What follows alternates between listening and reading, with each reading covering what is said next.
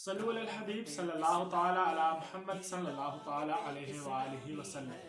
اللہ کے محبوب صلی اللہ تعالی علیہ وآلہ وسلم نے ارشاد فرمایا، من احب سنتی فقد احبنی ومن احبنی کان معی فی الجنت۔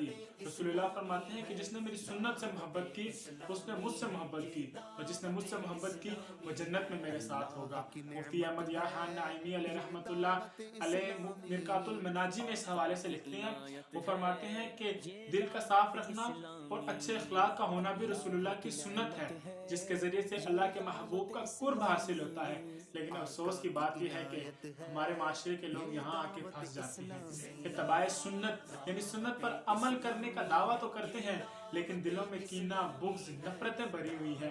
اس لیے ہمیں چاہیے کہ اپنے دل سے لوگوں کے لیے کینہ، بغض اور نفرتوں کو نکالیں، ان کو عزت دیں، ان سے عزت لیں۔ رسول اللہ صلی اللہ تعالی علیہ وآلہ وسلم نے ارشاد فرمایا، من راغب عن سنتی فلیس منی۔ فرمایا کہ جس نے میری سنت سے رغبت اختیار کی وہ ہم میں سے نہیں ہے۔ اس لیے دل کو صاف رکھیں، اچھے اخلاق کے مالک بنیے، کیونکہ یہ ہمارے پیارے آقا کی سنت ہے۔ صلو علی الحبیب صلی اللہ تعالی علی محمد صلی اللہ تعالی علیہ وآلہ وسلم۔